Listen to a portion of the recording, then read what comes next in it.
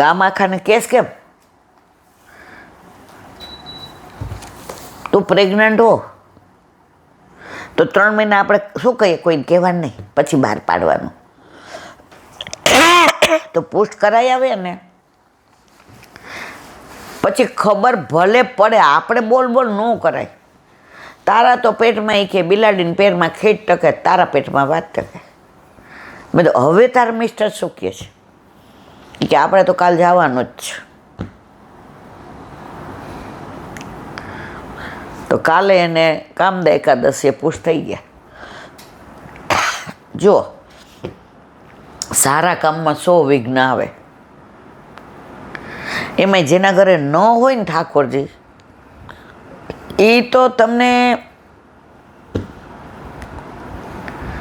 આજે જે ભાડાના ઘરમાં રહેતા હોય ને, આપણે દૂર લઈએ ને, આટલે બધે દૂર ન લેવાય.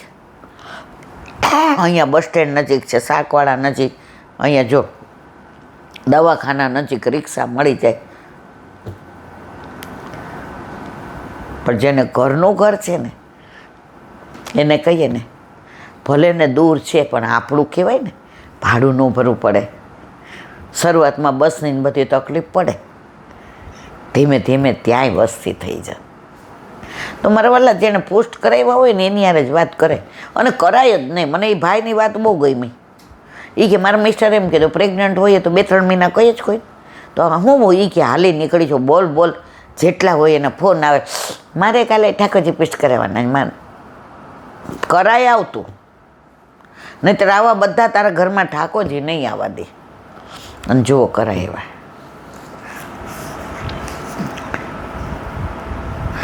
મહાપ્રભુજી મંદ સ્મિત કર્યો. ત્યાં જ રાત્રે બિરાજ્યા. પહેલી રાત્રે બ્રહ્મ રાક્ષસ આવ્યો. તે વખતે મહાપ્રભુજીના અપરસના વસ્ત્ર એક વૈષ્ણવ ધોતા હતા. તેમણે મહાપ્રભુજીને સમાચાર આપ્યા. શ્રી મહાપ્રભુજી પધાર્યા. પોતાની ધોવાતી ધોતીનું જળ તેના પર છાંટ્યું. તેની પ્રેતીઓની છૂટી મુક્તિ મળી. સૌને નિર્ભયતા થઈ. કોઈએ પૂર્વકથા પૂછતા મહાપ્રભુજી કહ્યું, પૂર્વજન્મમાં કામવન પ્રદેશનો રાજા હતો.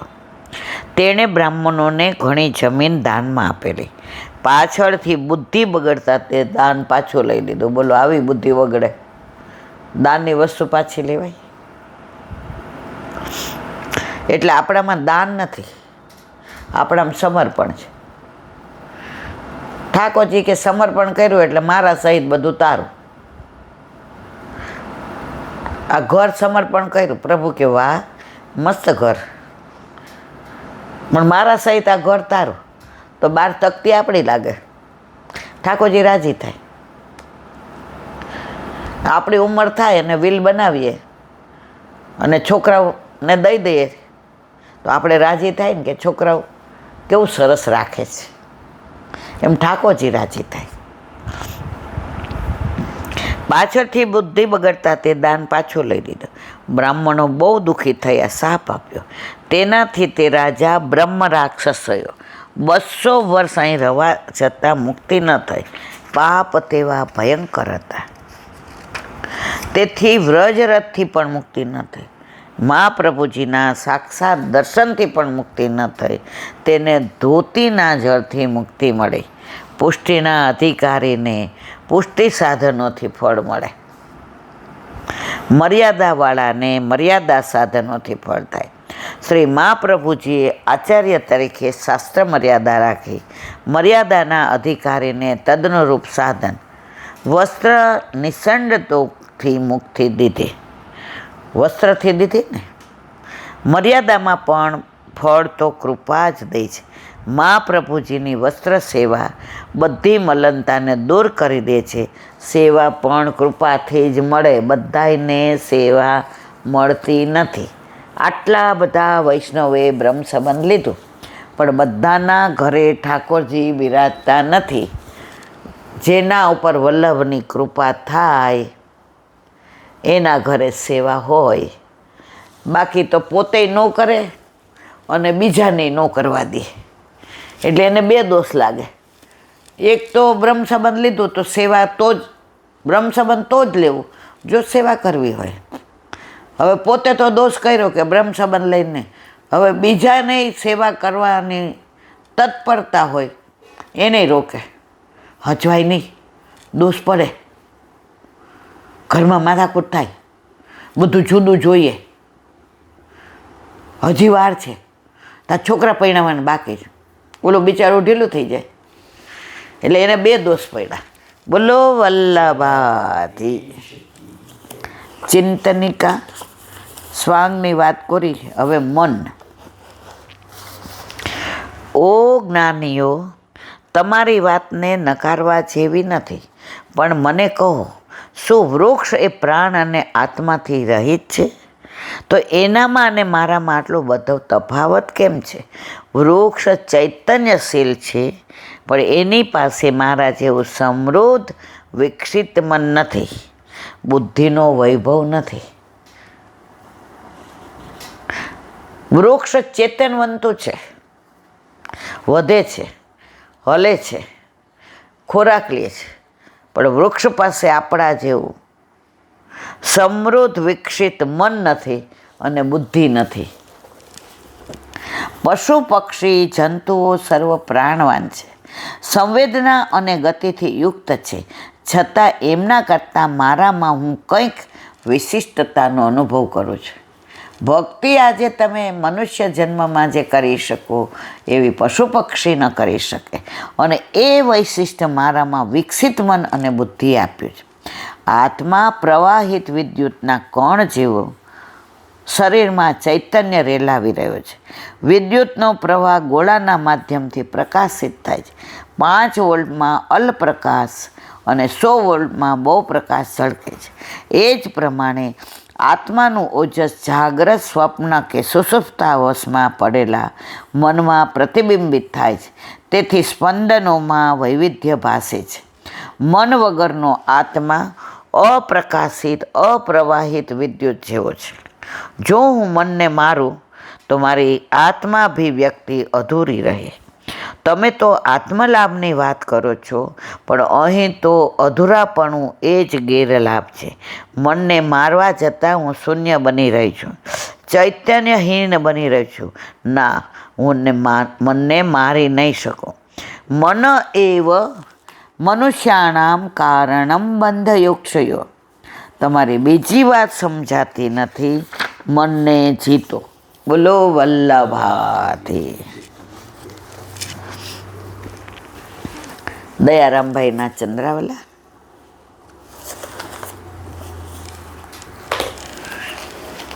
વિરહ કોને કોને થયો એની વાત દયારામભાઈના ઓ બાપા ચંદ્રાવલામાં કરે છે. એમાં કુંભનદાસ અને હવે આવ્યા રસખાન. રસખાનની વાત કાલે અધૂરી હતી, એનું અનુસંધાન. કોઈએ જઈને બાદશાહને કહ્યું કે આ હિન્દુ દેવને માને છે, માટે તેને શિક્ષા કરવી જોઈએ. બાદશાહે તેને બોલાવીને કહ્યું, શું આ વાત સાચી છે? ત્યારે તેણે કહ્યું, હા. બાદશાહ કહે, શા માટે? જવાબમાં કહે છે, મારું મન એમાં લાગ્યું છે. બાદશાહે ગુસ્સે થઈ કહ્યું, લાવો તલવાર, અત્યારે જ આનું માથું ઉડાવી દો. ત્યારે પઠાણ પુત્ર કહે, શા માટે બીજી તલવાર મંગાવો છો? આ લ્યો, મારી તલવારથી જ મારું માથું વાઢી નાખો. હું તો નંદ કનૈયાને છોડવાનો નથી, બીજે જન્મ પ્રાપ્ત કરીશ. આ જોઈ બાદશાહ વિચારમાં પડી ગયો. પોતાના પ્રાણથી પ્રિય જે ધર્મને માને તેને મોત પણ ડરાવી શકતું નથી. આવા યવનો નથી ડરતા, ને આપણે પુષ્ટ કરાવવાથી ડરીએ જ. જુઓ, બાદશાહે તેને જવા દીધો. આવી દ્રઢતા, એકાગ્રતા હોય તે જ નટવર છબી નંદલાલને નિહાળવા લાયક હોય છે. ઘરમાં પ્રભુને પધરાવવા, આપણે તો વૈષ્ણવ છીએ ને પધરાવવા છે. આ તો વૈષ્ણવ નથી, યવન છે. અને બધાને પૂછે, મેરે મહેબૂબ કો દેખા ક્યાં તૂને મેરે મહેબૂબ કો દેખા ક્યાં?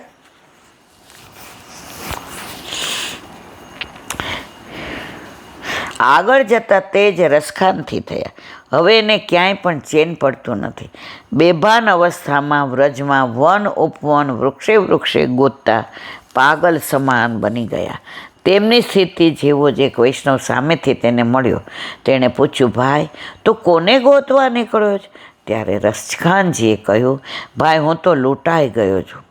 મારું જીવનધન આ પરલોક બધું લૂંટી લીધું છે. તેને ગોતું છું. હજી સુધી તે ચિત્તચોર મને મળ્યો નથી.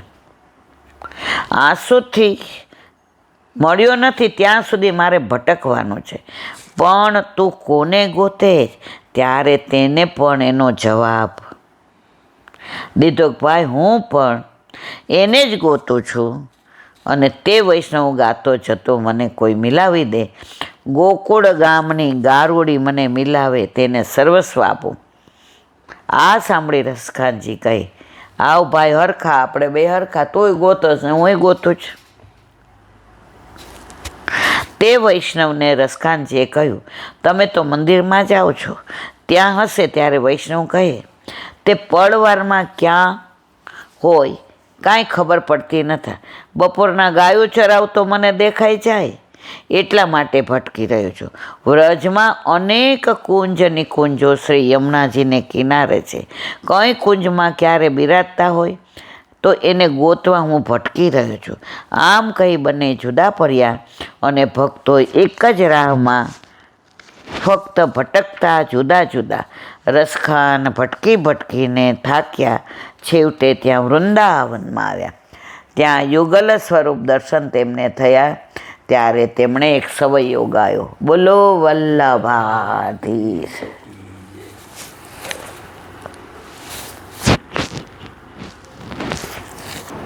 શ્રી વલ્લભાધીશ. સુબોધિનીજીનું પાન વલ્લભ કરાવે તો થાય, આને સ્પર્શ કરવો આપણી બસની વાત નથી.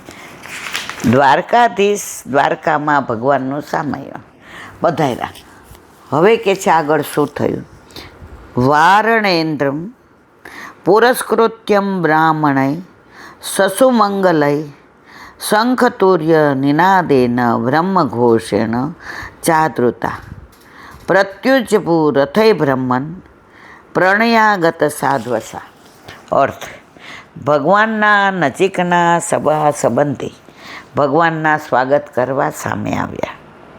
પોતાના પ્રિયતમ પ્રભુને પધારેલા જાણી મોટા મનવાળા વસુદેવજી, અક્રૂર, ઉગ્રસેન, અદ્ભુત પરાક્રમવાળા બલરામજી, પ્રદ્યુમન, ચારુદેષ્ણ, જાંબવતીના પુત્ર સામ બધા હર્ષના આવેગથી શયન, આસન, ભોજન વગેરે જે કરતા હતા તે પડતું મૂકી ભગવાનનું સ્વાગત કરવા સામે આવ્યા. તેમની આગળ એક મોટી શણગારેલો હાથી ચાલતો હતો. હાથીની પાછળ પૂજાના મંગળ દ્રવ્યો સાથે બ્રાહ્મણો હતા. તે પછી શંખનાદ અને તુરીવાદકો હતા. તેમની પાછળ રથમાં બેસીને હે બ્રહ્મન બધા ભગવાનનું સામયું કરવા આવ્યા. સુબોધિનીજી, વસુદેવજી વગેરે ભગવાનના સંબંધીઓ હતા, પણ તેઓ એવા લૌકિક સંબંધી આવ્યા ન હતા, પરંતુ સ્વયં પ્રભુ પધાર્યા છે એવો અહોભાવ હતો. માટે મૂળ શ્લોકમાં સંબંધી શબ્દ મૂકવાના બદલે પ્રેષ્ઠતમ, પ્રિયતમ પદ મૂક્યું છે. વસુદેવો મહામના, વસુદેવજીને મોટા મનવાળા કહ્યા છે, કારણ કે દેહાદિક સંબંધનું વિસ્મરણ કરી ભગવત ભાવને ગ્રહણ કર્યો હતો. ઉગ્રસેન તો રાજા છે, પણ અહીં ભક્તિની મુખ્યતા છે, એટલે લૌકિક ઊંચ નીચની ગણના કરી નથી. મૂળ શ્લોકમાં ચ મૂકી બતાવ્યું છે કે બધા પૃથક વર્ગના હતા. કોઈ રાજાય હતો, કોઈ પિતાય હતો, કોઈ દીકરોય હતો. અક્રૂરી જેવતા દ્વારકાવાસી હતા. અહીં શંકા થાય કે ભગવાન તો બળદેવજીના જમાઈ વગેરેનો વધ કરીને પધાર્યા હતા, તો બળદેવજી એમના સ્વાગત માટે કેમ સામા આવ્યા? આ શંકાનું સમાધાન કરતા કહે છે, બલરામજી પ્રાકૃત નથી, પણ ભગવાન જેવા જ અદ્ભુત પરાક્રમ કરવાવાળા છે. કૌરવો માટેનો એમનો સ્નેહ જાણીતો જ. દુર્યોધન વગેરેને ગદાયુદ્ધનું શિક્ષણ બલરામજીએ જ આપ્યું હતું. વળી કૌરવોના હિતની જ વાતો તેઓ કરતા. પણ સાચી વાત એ છે કે દુર્યોધન આદિ કૌરવોને બલરામજીએ જ માર્યા, કારણ કે એમને યુદ્ધ કરવાનું શીખવ્યું હતું, પરંતુ મહાભારતનું યુદ્ધ અટકાવવાનો કોઈ પ્રયાસ કર્યો ન હતો. જો કે લોકપ્રતીતિ એવી છે કે બલરામજી કૌરવોના પક્ષમાં હતા. તે યુક્ત જ છે જ, કારણ કે આ અદ્ભુત વિક્રમ, અદ્ભુત પરાક્રમવાળા હતા.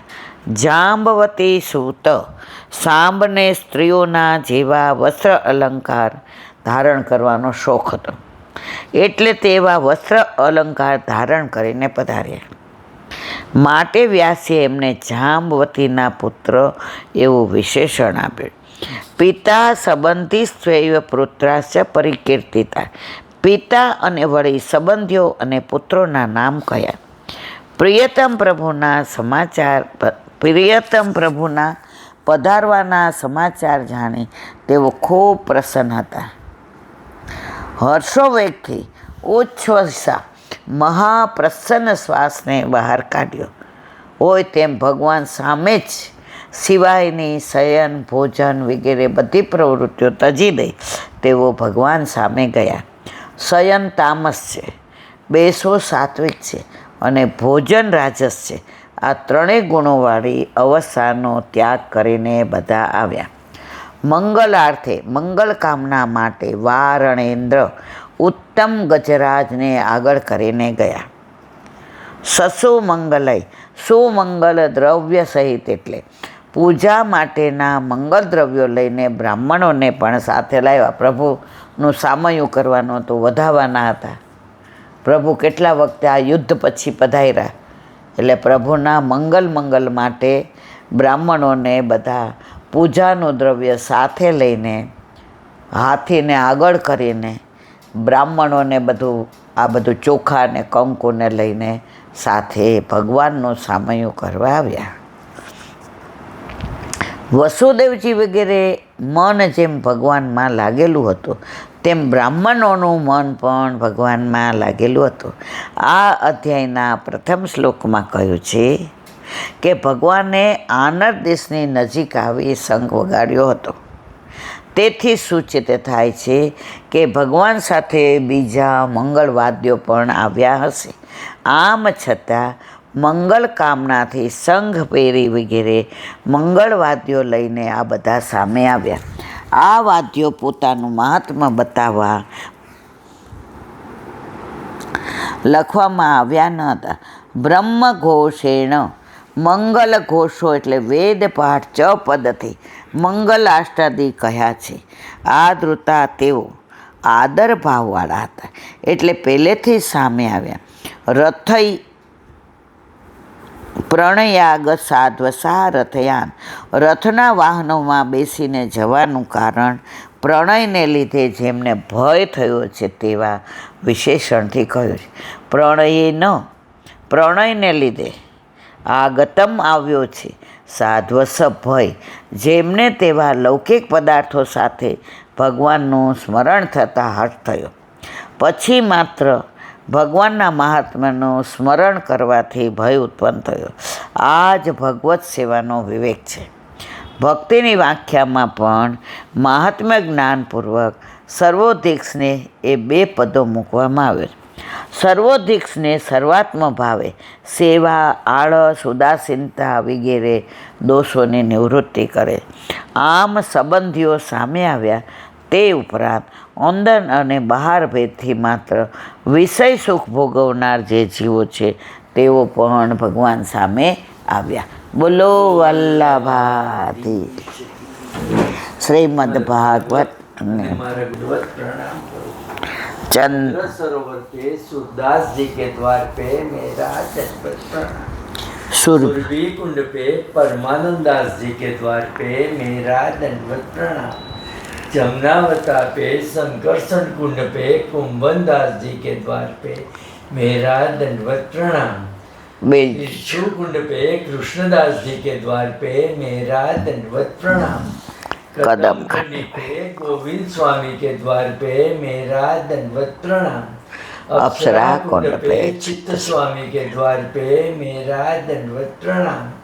मानसी गंगा पे नंददास जी के द्वार पे मेरा दंडवत प्रणाम। रुद्र कुंड पे चित्रबुद्धास जी के द्वार पे मेरा दंडवत प्रणाम। વ્રજ વિલાસ વ્રજની ગોપિકાઓને મારા દંડવત પ્રણામ.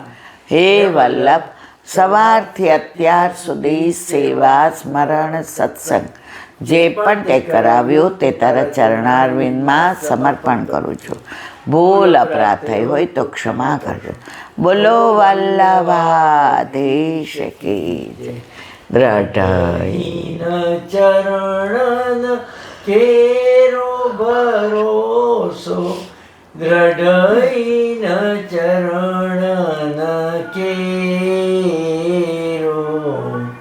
શ્રી વલ્લભનક ચંદ્ર છટાવીન સબ જુગ માય અંધેરો ભરોસો, દ્રઢઈન ચરણ કેરો. સાધન और नहीं आ कली में, जासो होय निवेरो.